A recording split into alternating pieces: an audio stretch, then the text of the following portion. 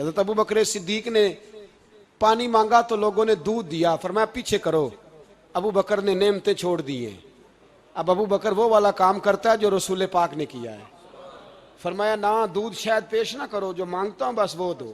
حضرت ابو بکر صدیق نے بڑے مالدار تھے، حضرت عمر فاروق رضی اللہ تعالیٰ عنہ کے پاس صحابہ کرام جمع ہو کے آئے، کون سا ایسا شخص ہے جس کی تنخواہ میں اضافہ ہو جائے؟ تو لوگ کہتے ہیں نہیں نہیں مجھے نہیں چاہیے، پر ہم نے وہ لوگ دیکھے ہیں۔ حاجی صادق صاحب کو مسجد والوں نے کہا 1000 روپیہ تنخواہ بڑھانی ہے، تو حاجی صاحب کہنے لگے میرا بڑا سونا گزارا ہوتا ہے، مینوں نہیں بڑے نے۔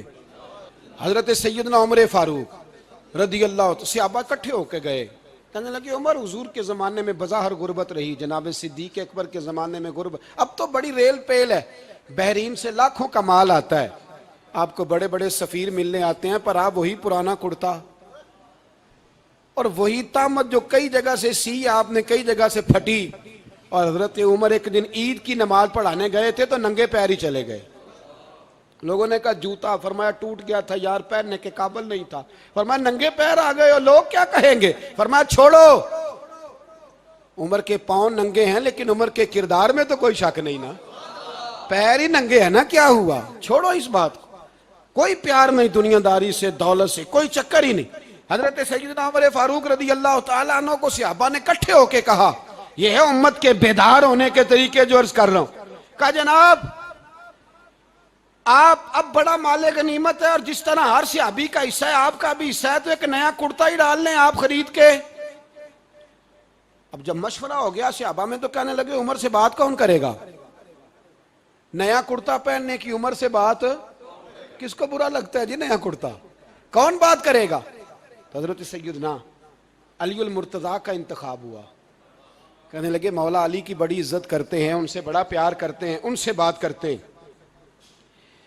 تو حضرت علی کو بلایا گیا، عرض کی حضور مہربانی فرمائیں، حضرت عمر سے کہے نئے کرتے کے لیے، آپ فرمانے لگے عمر میری بڑی قدر کرتا ہے، بڑی بات سنتا ہے، پر یہ والا کام نہیں میں عمر سے کہہ سکتا، یہ کسی اور سے کہو۔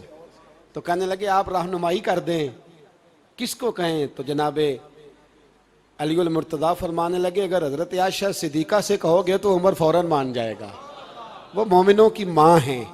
صحابہ حضرت عائشہ کے پاس، اماں جی عمر کو بلائیں، ان کو کہیں، بڑے بڑے سفیر آئے ہوتے ہیں وہی پرانے کپڑے پہن کے بیٹھ جاتے ہیں۔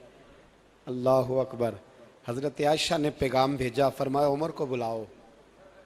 عمر فاروق دوڑے ہوئے آئے، پردے کے پیچھے حضرت عائشہ کے پاس گھٹنوں کے بل، اماں جی دیر تو نہیں کر آیا میں آنے میں، حکم ہو، حضور کے گھر سے پیغام آیا، بڑے بڑے سفیروں کو چھوڑ کے بھاگے۔ حضرت عائشہ صدیقہ کہنے لگی عمر دیکھو جائز پیسے ہوں تو اسلام اچھے لباس سے منع نہیں کرتا، اب بڑا بڑا مال آیا ہے، اب تیرا بھی حصہ ہے، تو صحابہ کرام کی خواہش ہے کہ نیا کرتا پہن لو، بڑے بڑے سفیر آتے ہیں، حرج بھی کوئی نہیں، جائز بھی ہے، کو منع نہیں۔ حضرت عمر نے گردن جھکا، جی اماں جی، جی اماں جی، جی اماں جی۔ حضرت عائشہ کہتی ہیں بات ختم ہوئی، عمر نے گردن اٹھائی تو عمر کی داڑھی آنسوؤں سے بھری ہوئی، کہتی ہے مجھے کہنے لگے اماں جی میں تو صرف مسجد میں دیکھا کرتا تھا، آپ تو مصطفیٰ کو دن رات دیکھتی تھیں، جس طرح کے کرتے آمنہ کے لال نے پہنے ہیں مجھے بھی پہنا دو، میں تیار ہوں، میں پہن لوں گا، میں تیار ہوں، پر جس طرح کے میرے نبی نے پہنے۔ حضرت عائشہ کہتی ہے میں پھوٹ کے روئی، میرا پلو آنسوؤں سے بھر گیا۔ فرماتی ہیں میں عمر کی بات سنتی گئی تو میرا پلو آنسوؤں سے، میں نے کہا عمر تو جا، تو ٹھیک ہے۔ فرماتی ہے عمر فاروق سلام کر کے اٹھے، امیر المومنین چلے گئے، اس کونے میں صحابہ چھپے ہوئے تھے، وہ آئے، کہا اماں جی کیا بات ہوئی؟ تو میں پھر رو پڑی، میں نے کہا کیا بتاؤں، تمہیں پرانے کرتے نظر آتے ہیں، اسے محمد عربی کے جلوے نظر آتے ہیں، اسے رسول اللہ کا رنگ نظر آتا ہے، اسے وہ غلامی نظر آتی ہے۔ عمر کو دنیا سے پیار، اور دنیا سے پیار نہیں تھا، دعا پتہ کیا تھی؟ یوں جھولی اٹھا کے اللہ مرزقنا شہادتن فی سبیلک وجعل موت فی بلد حبیبک، اللہ عمر کو بسترے والی موت نہ دینا، موت شہادت کی دینا، پر میں میدان میں جا کے نہیں مرنا چاہتا, مجھے رسول اللہ کے شہر میں موت چاہیے, باہر جا کے نہیں, یہی میدان لگے مدینے میں, یہی موت آئے, اسباب بنا. میں مدینہ بھی نہیں چھوڑنا چاہتا. او بھائی ان لوگوں کو نہیں پیار تھا. جناب صدیق اکبر کا وصال ہوا تو زہر کے اثر سے, وہ جو آپ کو زہر لگا تھا, بعض مفسرین نے لکھا ہے کبھی کبھی وہ جو سانپ نے ڈسا تھا تو کبھی کبھی اس کا اثر آتا تھا, بس اللہ نے شہادت دینی تھی کبھی کبھی, ورنہ تو بڑی شفائیں تھیں. حضرت عمر شہید, حضرت عثمان, جناب علی, امام حسن, امام حسین, علی اکبر, علی اصغر, حضرت عباس, حضرت سعد بن معاذ, حضرت امیر حمزہ, مصعب بن عمیر. میرے محبوب نے تو لسٹ بنائی شہیدوں کی, لسٹ بنائی شہیدوں کی. شہادت سے پیار کیا رسول اللہ صلی اللہ علیہ وسلم کے غلاموں نے, پیار کیا شہادت سے. اسی لیے تو کافر اٹھ نہیں سکا کہ شہادت سے حضرت سعد بن معاذ رضی اللہ تعالیٰ عنہ کو زخم لگ گیا, جنگ سے زندہ آ گئے لیکن زخم ہے, رو کے کہنے لگے محبوبہ سارے شہید ہو گئے, میں ایسے ہی رہ گیا. حضور نے فرمایا نہیں, رب تجھے بھی شہادت کی موت ہی عطا فرمائے گا. اسی زخم میں پردہ ہو گیا. میرے بھائی حضرت عمر بن جموح رضی اللہ تعالیٰ عنہ 4 بیٹے لے کے احد کے میدان میں آئے, کہا محبوبہ میرے 4 ہی تھے, میں سارے لے آیا ہوں, سارے ہی قبول ہیں؟ فرمایا ٹھیک ہے. پھر خود بھی زرہ پہن لی, ایک ٹانگ سے لنگڑے تھے, ٹانگ چھوٹی تھی. حضور نے فرمایا تو نے کیوں لباس پہن لیا ہے؟ کہا حضور میں نے بھی تو جہاد پہ جانا ہے نا. تو حضور نے فرمایا تیرے 4 بیٹے جو جا رہے ہیں. تو کہا یا رسول اللہ کیا لنگڑے جنت میں نہیں جا سکتے؟ حضور لنگڑے اللہ کو قبول نہیں, میں نہیں جا سکتا. تو میرے نبی پاک صلی اللہ علیہ وسلم نے فرمایا نہیں, جنت تو تیرا انتظار کر رہی ہے. کہا حضور پھر میں بھی جاؤں گا, بچے جائیں گے تو میں بھی جاؤں گا. ایک بی بی احد کے دن 3 سال کا بچہ لے کے گھر سے نکلی.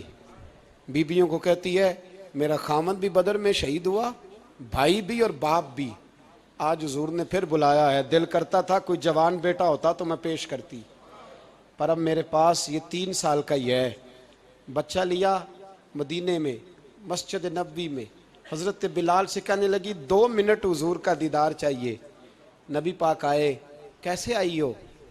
کہنے لگی محبوبہ میں شہید کی بیٹی, شہید کی بہن, شہید کی بیوہ ہوں, میرے پاس اب جوان تو کوئی نہیں, یہ 3 سال کا ہی ہے. حضور نے مسکرا کے فرمایا یہ کرے گا کیا کرے گا؟ کہنے لگی حضور سنا ہے اسلحہ تھوڑا ہے, ڈھال کی ضرورت ہے, لوہے کی ڈھال ہوتی تھی, جب تلوار آتی تھی تو آگے کی جاتی تھی. کہا محبوبہ میرا شہید کی اماں بننے کو بڑا دل کرتا ہے, یہ میرا 3 سال کا لے جاؤ, جب تیر آپ کی طرف آیا تو میرا بیٹا آگے کر دینا, یہ ڈھال کا کام تو دے گا نا. ہنستے ہوئے محبوب کی آنکھوں میں آنسو آئے, بچے کو پکڑ کے سینے سے لگایا, ماتھا چوما, فرمایا جا تیرے ساتھ وعدہ ہے قیامت کے دن تجھے شہید کی اماں کہہ کے ہی پکارا جائے گا, وعدہ ہے تیرے ساتھ تجھے شہید کی. میرے بھائی مرنے کو دل ہی نہیں مسلمان. میرے نبی پاک صلی اللہ علیہ وسلم نے فرمایا جس کے دل میں کبھی شہادت کی آرزو پیدا نہیں ہوئی, اس کے سینے میں دھڑکنے والا دل مومن کا ہے ہی نہیں, وہ تو منافق ہے. جو کبھی دین کے رستے میں شہید ہونے کو, میرے بھائیوں دین کو بڑی ضرورت ہے, بڑی ضرورت ہے, بڑی. اے خاصائے خاصان رسول وقت دعا ہے, امت پہ تیری آ کے عجب وقت پڑا ہے. وہ دین جو بڑی شان سے نکلا تھا وطن سے, پردیس میں وہ آج غریب الغربا ہے. فریاد ہے اے کشتی امت کے نگہباں, بیڑا یہ تباہی کے قریب آن لگا ہے. اور ایک شاعر قلم توڑ گیا, کہنے لگا تجھ سے فریاد ہے اے گنبد خضرا والے, تجھ سے فریاد ہے اے گنبد خضرا والے, کعبے والوں کو ستاتے ہیں کلیسا والے. تجھ سے فریاد ہے اے گنبد خضرا. اپنے اندر دین کا درد پیدا کرو, ذوق پیدا کرو, مسلمان بن کے جینا سیکھو. جب کوئی برادری پوچھے تو کہو میں محمدی ہوتا ہوں, میں مصطفی ہوتا ہوں, میں رسول اللہ کا غلام ہوتا ہوں, میں پہلے مسلمان ہوں باقی کچھ بعد میں ہوں. خدا را اپنے گھر میں پردہ کراؤ, خدا را رزق حلال کھاؤ. اگر پردے نہ ہوں رزق حلال نہ ہو تو جذبہ جہاد پیدا نہیں ہوتا. خدا را اپنے اندر انقلاب برپا کرو، دین کے لیے جینا سیکھو۔ دین بڑا تڑپتا ہے، دین بڑا روتا ہے۔ رسول اللہ آج تجارت کرنے والے ملتے ہیں، آج سیاست کرنے والے ملتے ہیں، دین والے نہیں ملتے، دین کے درد والے نہیں ملتے۔ اپیل ہے آپ سے، آج رات 2 نفل پڑھ کے اور کچھ نہ ہو سکے تو مسلمانوں کے لیے دعا ضرور کر دینا، ان کے لیے دعا ضرور کر دینا۔ اپنے آپ کو بیدار کرو، بیدار کرو۔ بھئی ہم تو آج تک اس لیے ڈر رہے ہیں کہ ہمارا چہرہ ہی نبی پاک جیسا نہیں بن سکا، تو داڑھی رکھنے میں بھی ہم ڈرتے ہیں، نمازی بننے، مسجد آباد کرنے میں، مسلمان کہلانے میں بھی تک خوف ہے۔ تو بتلاؤ نا، اس سے آگے بات کب چلے گی؟ جہاد کی بات تو بڑی آگے جا کے ہے۔ بدل جاؤ، رسول اللہ کا غلام بن کے جینا سیکھو، نبی پاک صلی اللہ علیہ وسلم کی غلامی کا پٹا اپنے گلے میں ڈالو۔ یہی امام حسین کی سوچ ہے، یہی امام علی مقام کا پیغام ہے، اس کو کبھی فراموش نہ کرنا۔ امام حسین ہمیں بتا گئے سارا کچھ لٹ جائے پر دین کے اندر کوئی نقص واقعہ نہ ہونے پائے، کوئی شرابی، کوئی بے ایمان، کوئی لٹیرا کبھی اس کے سپورٹر نہ بننا۔ ہمیشہ وہ کسی شاعر نے کہا تھا، ہم سے نہ رقم ہوں گے قصیدے یزید کے۔ کسی نے کہا، کسی ظالم نے میری سپورٹ کر، میری بات کر، تو اس نے کہا ہم سے نہ رقم ہوں گے قصیدے یزید کے، کیونکہ ہم لوگ تو حسین کے سیرت نگار ہیں، ہم لوگ تو حسین کے سیرت نگار ہیں۔ یہ محرم کے جو دن ہے یہ انقلاب کے دن ہے، رونے پیٹنے کے نہیں، انقلاب کے دن، جذبوں کی بیداری کے دن، ظلم کی آنکھوں میں آنکھیں ڈالنے کا جذبہ پیدا کرنے کے دن۔ اس کو اسی رنگ میں لو۔ اے خالق کائنات، اپنے محبوب کی امت پہ رحم فرما اور اپنے فضل سے ہمیں دلوں میں جذبہ جہاد اور شوق شہادت عطا فرما۔ آخر دعوانا ان الحمد۔ 2 منٹ کے